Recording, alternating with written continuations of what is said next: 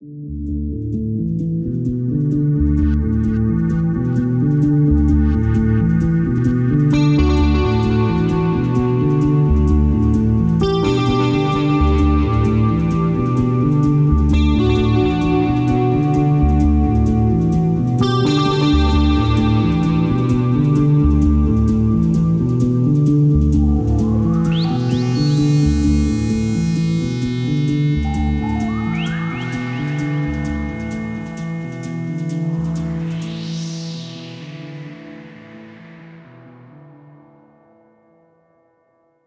morning, everybody, and welcome to Benalla Art Gallery. I'd like to begin by acknowledging the traditional custodians of the land on which we are meeting and paying my respects to their elders past and present and to elders from other communities who may be here today. I also want to acknowledge the generous contribution of our presentation partners, M Pavilion and RACV, who have made this event possible.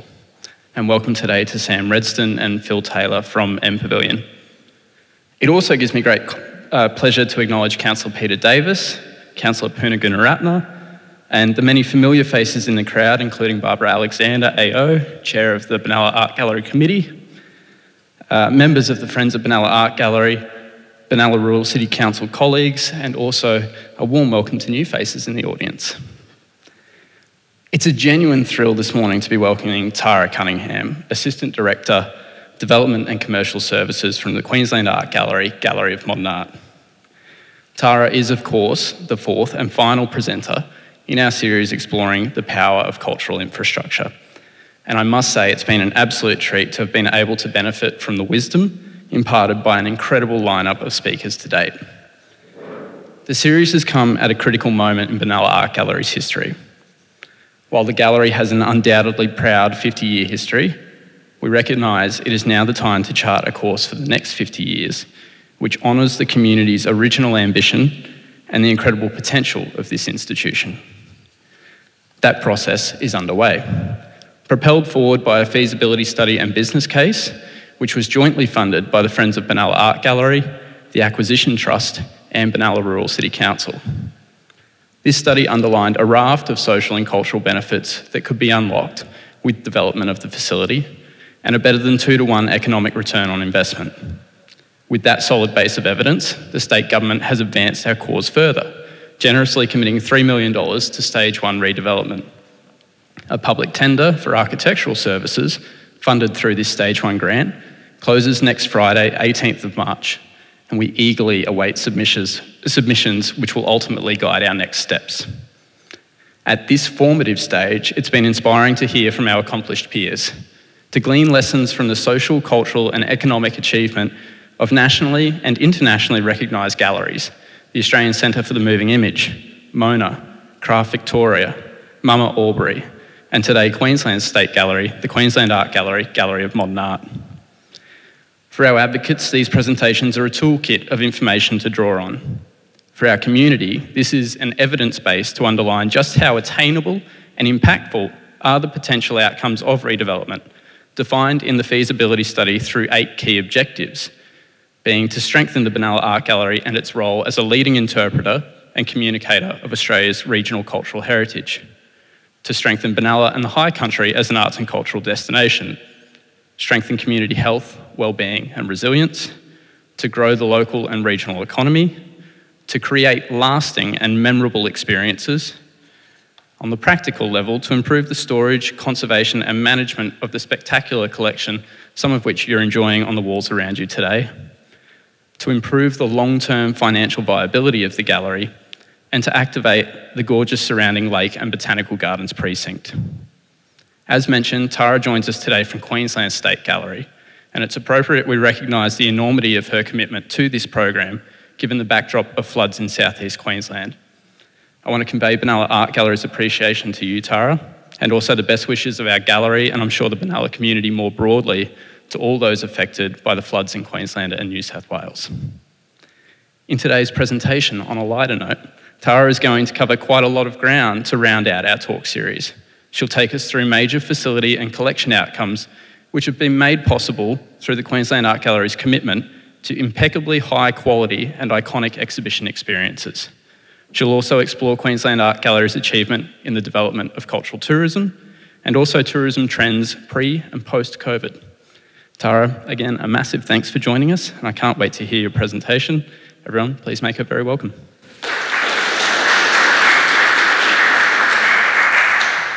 Morning, everyone, and thank you, Eric, for your kind introduction. I want to begin by paying my respects to the traditional owners of the land on which we're gathered here today and recognise their long-standing contribution to the cultural life of this country and acknowledge any First Nations people here today. I think it's important, before we get to the topic at hand, to acknowledge the recent floods, as Eric mentioned, in Queensland and northern New South Wales in particular, and the impact on those communities and the cultural life of those communities. I've just got a slide here of the Northern Rivers Performing Arts Centre. That has been quite heavily affected by the floods here. The image you see is their website, which showed their program for February and March. A lot of it has either been cancelled, but I'm happy to see that some of it has been, looks like optimistically, rescheduled for April. So great to see them hopefully getting back on their feet. This flood comes on the back of 2 years of COVID impacts that have particularly been felt by all of us, but perhaps not more so than the cultural sector, artists and performers who literally, in some cases, have not been able to work. The impact of climate change and increasingly common extreme weather events are felt not only by our natural environment, our built environment, but our cultural heritage and institutions. And this image here again is a website of Lismore Regional Art Gallery, which some of you may know. We do not yet know what the impacts of these recent events will be for future generations and for artists. In some cases, their work has literally been washed away. So, from that sobering reflection of the reality facing a number of our colleagues, I wanted to present a joyful image that I think really encapsulates the focus of the talk today. It shows here audience experience, a collection work by the American artist Nick Cave called Heard, which consists of a number of what he calls sound suits. And here you can see it being activated by, let's say, 20 to 40, I think, dancers inhabiting these costumes. You'll also see in the background there the Gallery of Modern Art. So really it's showing collection, audience experience and the gallery all in one, I think, which is beautiful. And here you can see our audiences responding with such joy to this beautiful performance a couple of years ago. In terms of my background, I've been at Queensland Art Gallery for 14 years now. I was at the NGV for a similar amount of time before that. Started making sandwiches in the kitchen and eventually moved into administration and exhibition management. I was there during the redevelopment of the St Kilda Road site and the building of NGVA at Federation Square. My current role is as Assistant Director, and I've been in this position for 7 years. I'm responsible for building and retaining audiences, so the marketing and promotion of our exhibitions and programs. Commercial operations, retail, we have 3 beautiful stores, and we also do bespoke exhibition shops when we have special exhibitions on. Food and beverage, we're the only gallery in Australia, I think, still, who run our own food and beverage in-house, which gives us great opportunities to work with artists and do thematic food offerings for visitors. Recently, in the last couple of years, I've also been tasked with heading up our digital transformation. So that's looking at the digital infrastructure, all of those important elements that underpin how we engage with audiences. Collection management systems, ticketing systems, point of sale, and customer relationship management to make sure that we're a bit more joined up with our audience. So we're halfway through a 4-year transformation, and it really has been a huge leap for the gallery.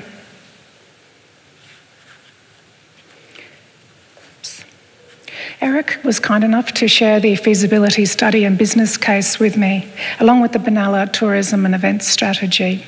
And I can see in reading both of those documents, there's some great parallels between your own current work and your ambitions and those of Quagoma. And I hope through my talk today that you'll see that there's a lot of crossover there. The three pillars that I'm focusing on are strengthening your position as an arts and cultural destination, creating lasting and memorable experiences, and improving the storage, conservation and management of the collection. It's difficult, I think, to split these three out as distinct entities, and in my view they're so intertwined and dependent on each other. And as I speak, you'll see that I think all three of these weave through everything I'll talk about today. I'm actually going to start from the last one, which is the bedrock of any collecting institution. And that is the care and conservation of your collection. And it's so beautiful to be standing in this space here surrounded by hundreds and hundreds of paintings. I'm a little distracted because everywhere I look there's another beautiful work. You're so lucky to have this collection. If you're known for having excellent storage and display capabilities and a means to keep your collection safely stored and on display at optimum international standards, you really open yourself up to opportunities for both national and international touring, for example, or possibilities of acquisitions either through purchase or gift. And as I mentioned, touring exhibitions. Very difficult for international or national lenders to consider institutions where they don't have the international standards appropriate to store and display collections. So this is critical, and it's great to see that there's a commitment from the board, the executive, and it seems like the government here to support this gallery to grow and really improve the infrastructure in that way. And out of this, and I think with the dedicated, small but dedicated team that you have here and the great support of the community, great things will come. So I'm going to talk a little bit about Quagoma. Some of you may know a bit about it, but I'll give a bit of background. I'll talk about cultural tourism and current data, and then about exhibitions and visitor experience, how we approach this. Also about the genesis of the Asia-Pacific Triennial of Contemporary Art. I'm going to call it the APT because it's a bit of a mouthful. I've just met somebody, thank you Doug, who I think knows more about the genesis of the APT than I do. So you might have to do a follow-up talk with him at some stage. I think we'll see that the objectives in the business case are equally relevant to Quagoma as we talk through. So, Queensland Art Gallery, Gallery of Modern Art, or Quagoma. It's located in two buildings on the riverside. They're approximately 170 metres apart. The two galleries have their own distinct personalities. We think of them as siblings, not twins. They're different, but they're very joined up and together. We have the same governance structure and we all work across both buildings. Queensland Art Gallery was established in 1895 and the current building opened in 1982. It was joined by the Gallery of Modern Art in 2006. I'll touch on how the Asia-Pacific Triennial was a catalyst for the development of GOMA and how that building now shapes how the APT develops and how artists respond to the building. At Quagoma, we display approximately 25 exhibitions per year. Some of them are focused on our collection, very much as we're seeing here in this beautiful salon hang. Others are curated in-house and include collection, loans and artist commissions. And others, again, are major loan exhibitions, such as the recent exhibition from the Metropolitan Museum of Art in New York. And I'll talk about that as a bit of a case study shortly. What draws the program together, though, is our focus on the entire visitor experience. How will the visitor feel when they walk into an exhibition? What will they experience and how will they feel when they walk out? We hope to entice them to one of our food and beverage offerings. We include a two-hatted restaurant in there. We hope they'll go to our store and support artists and craftspeople.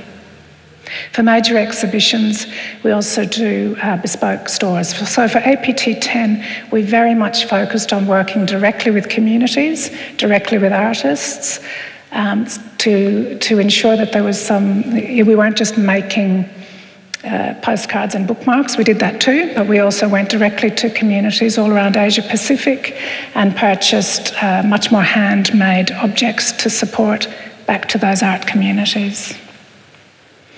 Other points of difference between us and other galleries is we have a dedicated children's art centre. The team work with artists globally and nationally to create interactive works for our younger audience.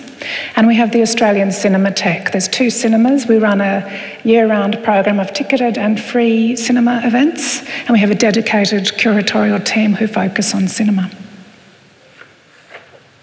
So, the sense of our audience here. These reflect the 2021 financial year, and by all accounts, it was a strange year for all of us.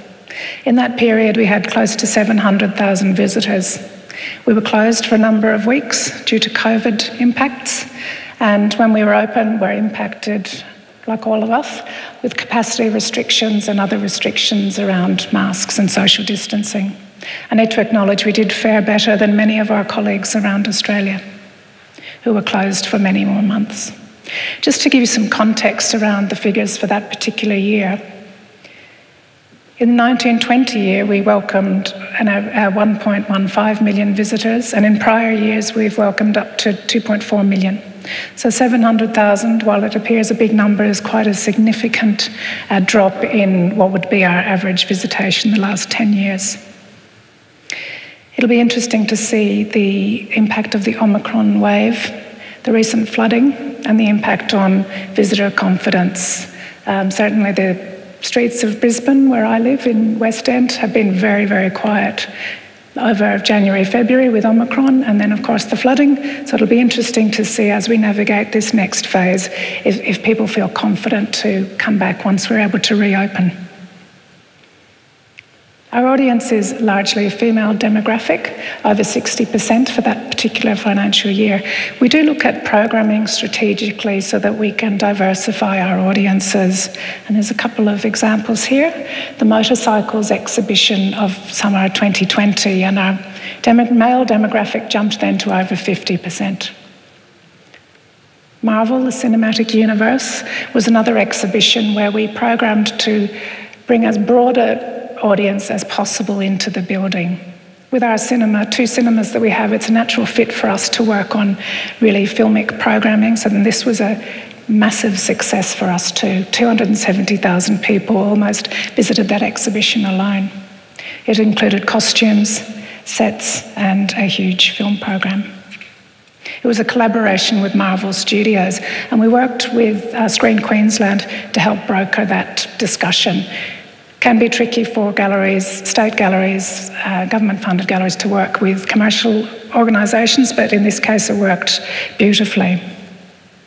We had studios set up so people could come in and learn how do producers and designers working on these really big budget blockbuster films, how do they work? How do these things come together? We had a lot of digital interactives and virtual reality experiences for our audiences, as well as the large sets that you can see here. The 2021 program had a number of really successful exhibitions. 2 of these that I show are non-ticketed. Mrs. Nalameta, Show the Way Home, and Unfinished Business by Gordon Bennett, both artists who have sadly passed away. They were unticketed exhibitions, but we had large audiences come through and great interest in the both publications for those artists, and those exhibitions sold very well.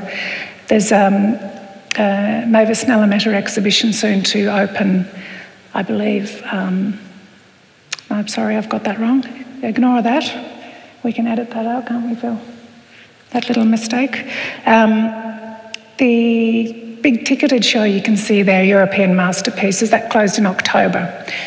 And that went extremely well for us also.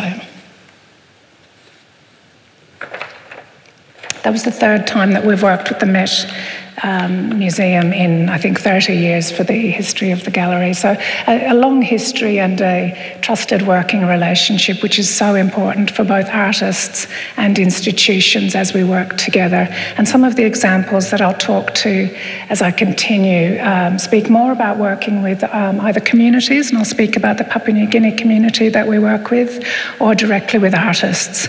And I'll use Chinese rock star artist Sagua Chung as an example there of the importance of strong, authentic and long-term relationships to success.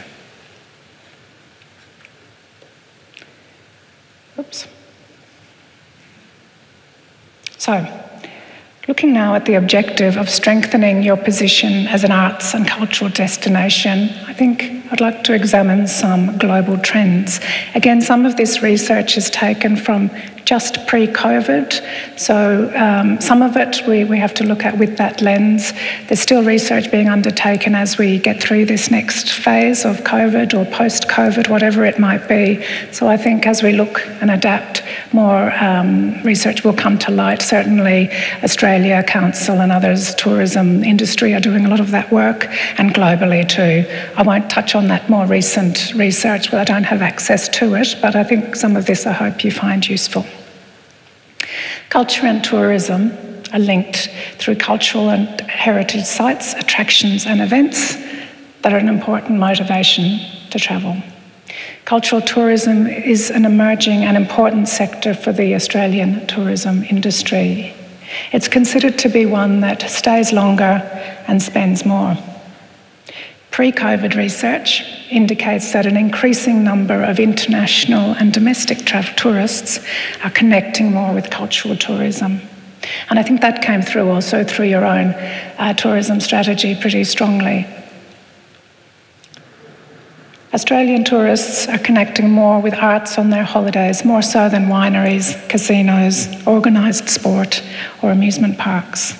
And research conducted by the Tourism Research Australia found that in 2019, around 13% of domestic visitors and 50% of international visitors, who sadly we haven't seen for a couple of years, but 50% of those visitors when they come engage with cultural tourism activities in Australia, the most popular being attending art galleries and museums. And this next slide shows a breakdown of the industry's standard definition, really, of what a cultural tourist is and what they do when they're on holiday. Attending a theatre, visiting an art gallery or museum, a workshop or studio, and so on. The link between culture and tourism has become more explicit over the years. And the diversification of cultural tourism experience will be key to future success and sustainability. And I will speak more in particular on some of the different packages and tourism experiences that we have been working on recently. The domestic market is the largest for Quagoma. This means that the gallery is in a strong position to tap into and accelerate those markets.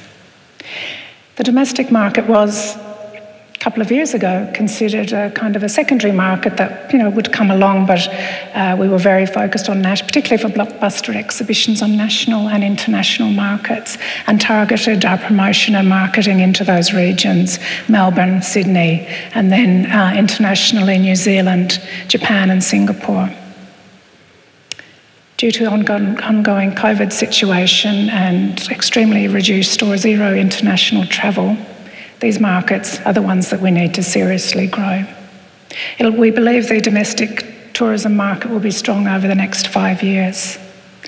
Due to travel restrictions, now starting to open up, thankfully, but also the travelling public's perception of risk when travelling internationally. And I think as galleries, we're in the lucky position where we are considered to be very safe, spacious, and in your case, in a beautiful situation here, people are more likely to travel to places rather than that have this kind of space that we're able to offer.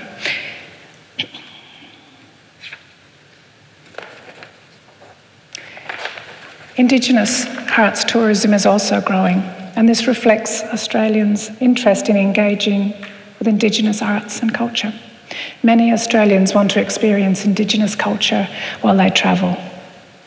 Tourism Queensland, for example, dedicated both 2020 and 2021 to the International Year of Indigenous Tourism.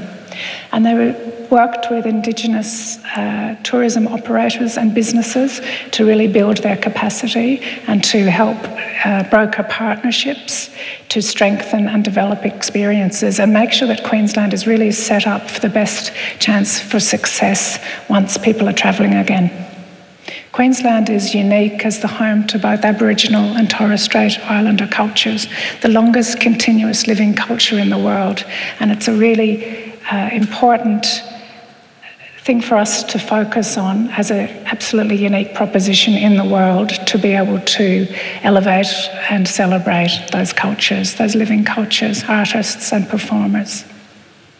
In terms of statistics, the average length of stay for an Indigenous art overnight trip was 5 nights, which is quite high for domestic travel. The average spend on that kind of travel was $1,000, nearly $400 more than the overall average domestic spend, which is an interesting factor, I think. People are obviously committed to spending the money to have these really authentic and quite unique experiences. The number of Australians taking trips in Australia that included Indigenous art experiences has gone up 40% since 2014. So we see this as a really key growth area. Now, there's no other reason to include this image other than I think it's a beautiful image of our director, Chris Sains, curator, Katina Davidson, and comedian, banjo player, and Indigenous art collector, Steve Martin, who came to Queensland Art Gallery to visit our beautiful collection about 2 years ago. After undertaking quite a bit of research over 6 months in 2019, late 2019, we looked at developing an Indigenous tourism offering, or Indigenous experience, I should say. It's not just for tourists, but there's also a really strong local market.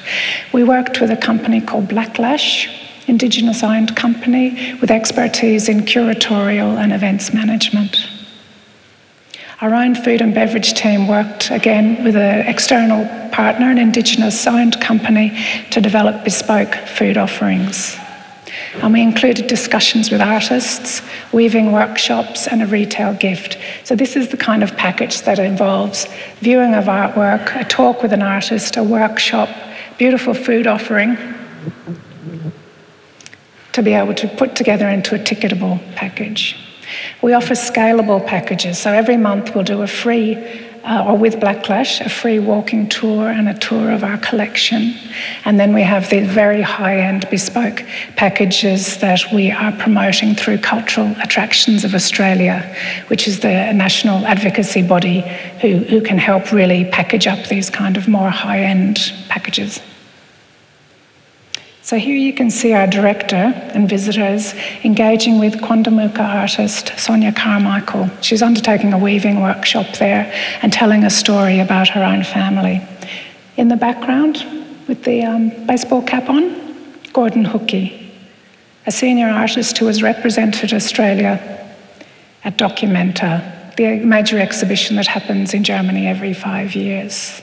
So we're very lucky to have these artists in our community who are able to come together with us and are willing to be part of putting together something very, very special for visitors. Exceptional and authentic experiences. This is our challenge, to adapt and respond and capitalise on the experience economy. People want deeper engagement, authentic experiences. And I think that brings us neatly to the second pillar identified in your business case, creating lasting and memorable experiences.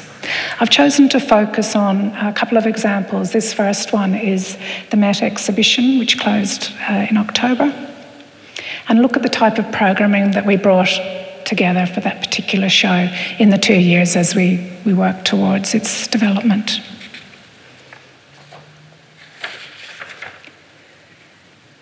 It was complex delivering a major loan exhibition through COVID, and in the year and a half leading up to its opening in June last year, there was times when you might have questioned our sense in going ahead, but go ahead we did. We have a very optimistic, energetic director, and we're all behind him completely, and we got through the very complex logistics and then negotiated delivering that loan exhibition through COVID. The logistic twists and turns of that particular project could form their own separate talk, I think. Despite border closures, both national and international, gallery closures, capacity restrictions, and other challenges, the exhibition was a mighty success. Borders were closed to Queensland for much of the 4 months while the exhibition was on. There was no international travel. So it was clearly a domestic audience for this show. We pivoted our advertising and promotional strategy where, as I said, we would usually be very outgoing. We pivoted completely to a regional Queensland audience. And we achieved in the end one of the top 6 attendance results of any of the exhibitions of the last 12 years. Final figures haven't yet been released, but I can tell you it went very well. We're very happy with it. And 95% were Queensland-based audiences, which is vastly different from a traditional blockbuster. We would have probably 35 to 40% national or international visitation. And in this case, it was 5% only. We didn't want this to be what you might think of as a traditional old master painting show. While at the same time, we have to acknowledge what a privilege it was for us to have access to these incredible 65 works over 500 years of the history of painting, to travel to us from New York at a time when it was very difficult for freight or people to travel anywhere. We're very lucky at the gallery to have a design team and a workshop team. Again, there's not many galleries who have their own carpenters, electricians, chippies and builders as permanent members of staff. It does mean we're able to be very ambitious about how we think about the audience experience and how we think about the physical experience there.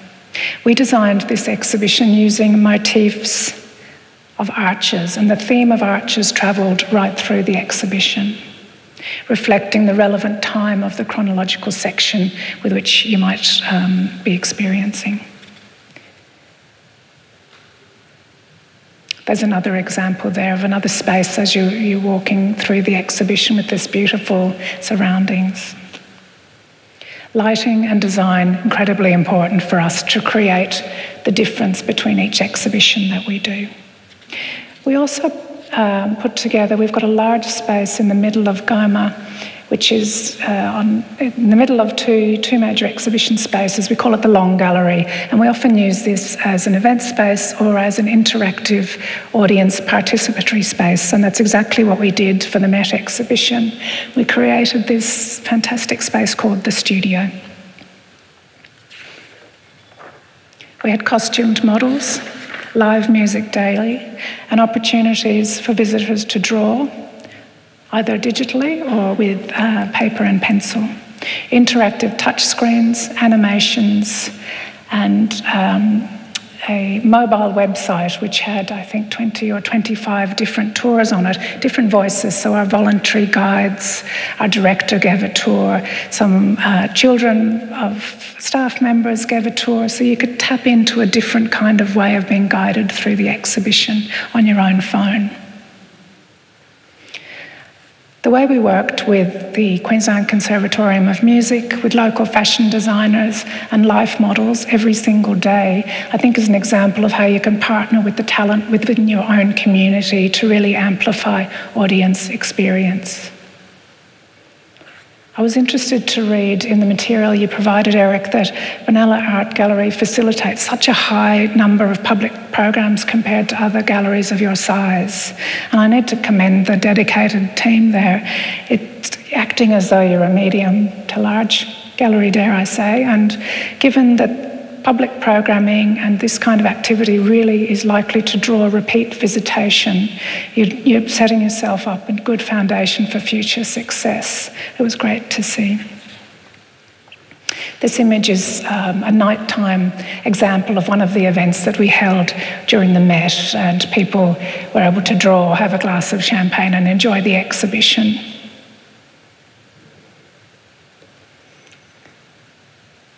Speak now about the genesis of the APT and the birth of QAGOMA, which you can see here now. It's lit up with a major James Turrell work called Nightlife. This was a dream of our director Chris Sains from when he started back at the gallery around 8 years ago to activate the skin of the building. It had been set up with a glass facade. I think with the intention that eventually it would be activated with a light work. It took a number of years, but this beautiful work runs from dusk till midnight every night, runs through a beautiful cycle, and it's a real beacon for the city. The first Asia-Pacific Triennial of Contemporary Art opened in 1993. It was the first project of its kind in the world to focus on contemporary art of Asia and the Pacific. In undertaking the APT, the gallery, the trustees, and the government of the time recognised the need to have dialogue with our neighbours. The gallery worked closely with advisors and selectors from around the region and around Australia to bring the Triennial to life. At that time, we didn't have our own curatorial Asia and Pacific team. That came later, so we needed to work with experts around the region. It attracted around 66,000 people, the first one, and it was deliberately poised to foster cultural exchange with Asia and the Pacific. When APT was first announced in 1990, due to open 3 years later, it was originally proposed as 3 exhibitions, and the gallery was then to decide whether to continue on. We opened in December the 10th iteration, nearly 30 years later. In 2000, Queensland government announced that QAGOMA was on the horizon, and one of its key roles was around the art of Asia and the Pacific. And the success of those first 3 triennials was undeniable. Audience kept growing, engagement kept growing, conferences, research, new publications, and connections in the region kept growing. Its nearly 30-year history has meant that deep, deep relationships have been built with both artists and institutions in the region. This image shows a young Tsai Guai-chang in 1993. The gallery has worked with Tsai a number of times, and I've had the pleasure of working with him on a number of occasions. It's a long and deep relationship, but not without its challenges. Some of you may have heard of the firework factory explosion of 1993. Of 96, apologies. Tsai had planned to do a major firework explosion work on the banks of the river around the gallery. Unfortunately, the factory where the fireworks were stored went up in a ball of flames in a very dramatic fashion, and that proposed project could not go ahead. Tsai and the gallery stuck together, and for APT3, we worked with him again. This image shows a beautiful bamboo bridge that scales the length of the pool in the water mall at Queensland Art Gallery. And I think this is an example of a space where a site-specific commissioned work can really successfully be shown. We've got these beautiful ponds of water, a lot of light coming in, and Tsai has built this beautiful bridge that people could traverse. That year, Tsai had another idea, to take 99 boats, fill them with flammable liquid, and have them pulled through the river. So thousands of people lined up on the riverbanks to see this beautiful project occur, and one by one, every boat sank to the bottom of the river. One of my colleagues calls it Brisbane's worst maritime disaster. Another example of the great relationship and faith we have in each other is we worked with him again. This exhibition was called Falling Back to Earth. And Tsai created this most wonderful, again, site-specific work for the gallery called Heritage. It's 99 life-sized animals. They're not taxidermied. They've been fabricated out of goat skin and polystyrene, but some of them in particular look very realistic. There's a pond here with many, many thousands of litres of water, and this entire installation takes up about 1,100 square metres, so the biggest gallery that we have was filled with this work that people walked around, and it was really an absolutely magical work that is now in our collection. We're very lucky to have it. He saw Queensland, in particular Stradbroke Island and the Great Barrier Reef, where we had taken him as part of his research, as the last paradise. The last paradise on Earth, a beautiful place unlike any other, and he was inspired to make this work. We have shown it again a couple of years ago in a probably half-size form. It's a massive undertaking to show this work. So that's GOMA, but I'm going to move you back to Quag now. And again, here we are in the Watermall in 2006, and we see Ai Weiwei's Boomerang, this incredible chandelier of 270,000 crystal elements that hangs, I think it's 8 metres by 7 metres, overtaking the middle of our building at Queensland Art Gallery. It's an incredibly loved work. We installed it again recently, 15 years after it had first been seen, and had to rewire the whole thing to bring it up to contemporary energy and electric standards, and a massive weeks and weeks undertaking to put all of those crystals back together. But another example of a site-specific commission, the artist then gifted this fantastic work to us.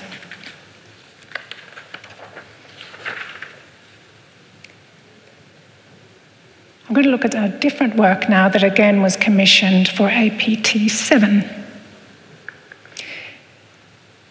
By way of background, the gallery has had a long history of working with Papua New Guinea, and we have very strong relationships with communities and artists in that region.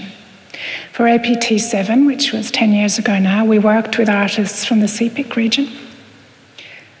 A number of them travelled to Brisbane, and they lived and worked with us for a number of weeks. We found a workshop down the road from the gallery, which you can see here, 2 of the artists working, and we became very close to this group. We would take turns in sharing meals together at each other's houses, and it was a real bonding of community and of people again, which is such a major part of APT, and a great sadness to us for APT10 that so few of the artists were able to actually travel to Queensland to see their works installed. Just another image there of one of the artists working on the incredible pillars that they created. The final work include these massive pillars and a roof structure made of many painted panels. The artists performed for the opening weekend and really brought their work to life for us all. Playing music, dancing, and speaking to us. It was magical.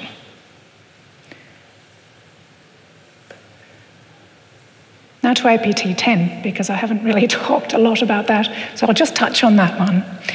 One current project that we've undertaken is called the ACE project. It's a community engagement project. Now, the Pacific Ocean is the shoreline of Queensland's borders. We have the largest Pacifica community in Australia living in Queensland. So for us, it was a very specific aim to engage with the Pacifica community, to enable them to be involved with artworks, and this was over a number of years before APT10 opened. And we wanted to ensure that Pacifica audiences could engage with works from their community on display, but also expand the wider audience's understanding and appreciation for the cultural context for this work. We worked in the years leading up on a number of workshops, and then as we got closer, a number of people from that community actually assisted in creating artworks when the artists couldn't travel from their own communities. So very close liaison with artists who were not able to be in Queensland, and working with their own community who understood the cultural protocols and processes meant that we were able to succeed and help those artists to succeed. We also included a number of didactics and labels in language for 10 of the projects in various Pacifica languages. One of the major works that is in the APT 10 is this work by Tongan artist collective Selika International Art Society. Sadly, those artists were not able to see their work in place either, and of course they've been impacted so terribly by the tsunami in Tonga recently, and we are in contact with them and with the very tight-knit Tongan community in Queensland. No one is seeing APT 10 at the moment. We're closed. We've been closed since February 27, when the flooding first occurred in Brisbane.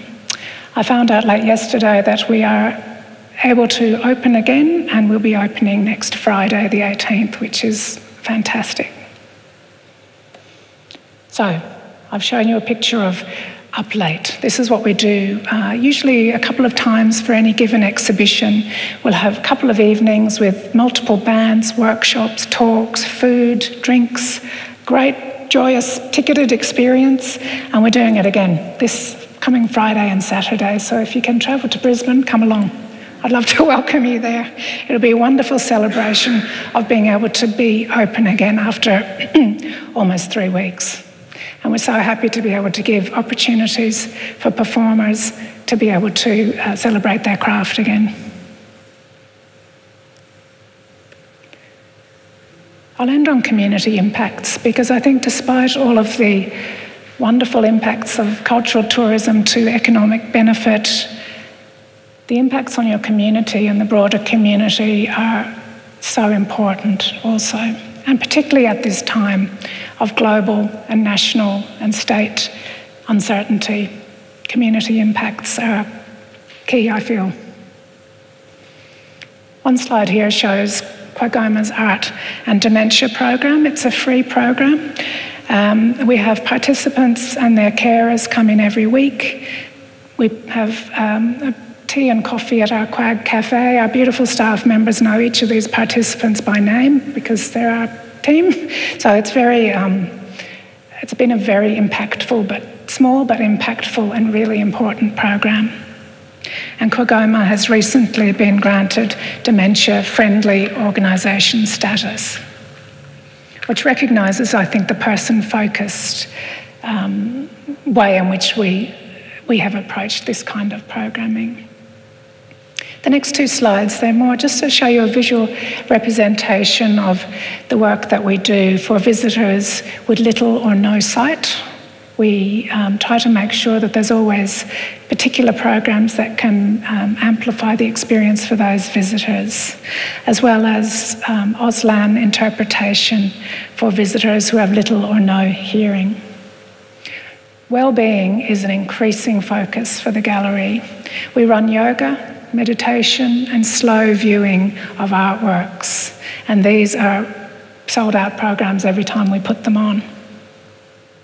I'm going to finish now with an image from Lismore. This is a photo by Holly Ahern, whose studio was destroyed.